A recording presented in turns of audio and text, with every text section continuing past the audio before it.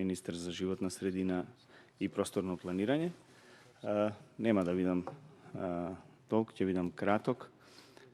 Ќе спомнам само дека правото на здрава животна средина е фундаментално граѓанско право и она што ни покажа и не научи здравствената криза поради пандемијата со вирусот COVID-19 е дека треба да го смениме начинот и навиките на кои ги планираме и спроведуваме нашите активности.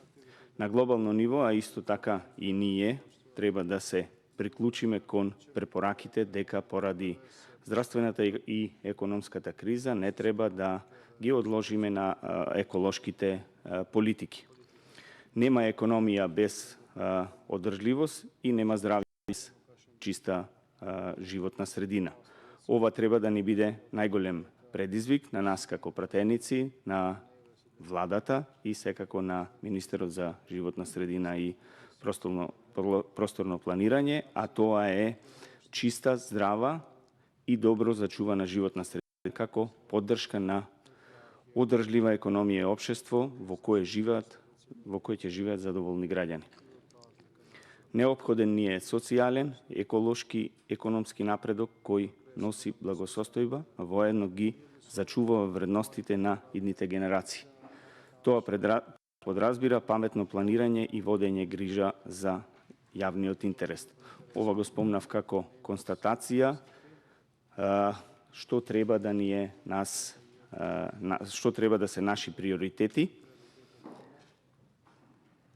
затоа што нема понатака да навлегувам многу во текстот на законот, но морам да спомнам околу еден горлив проблем на Стружани, ме иницира колегата Стојановски, покрај проблемите што се соочува неговата општина, секако и општина Струга има еден голем проблем со дивата депонија, која што долги години ги труе Стружани и ги загадува и надземните и подземните води.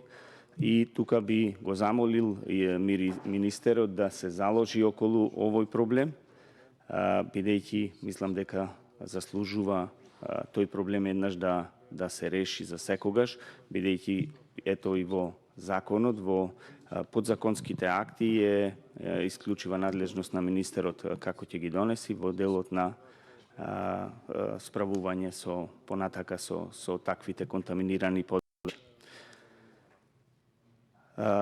Понатака нема да навлегувам како што кажа во текстот многу на законот, че како пратеничка група ги повикавме експертската и стручната јавност да се вклучат во секако и комплетниот невладин сектор да се вклучат во брување на овој текст на закон со нивни предлози и препораки кои понатака ние ќе ги преточиме во амандмани и на крај ќе донесиме еден вистински закон за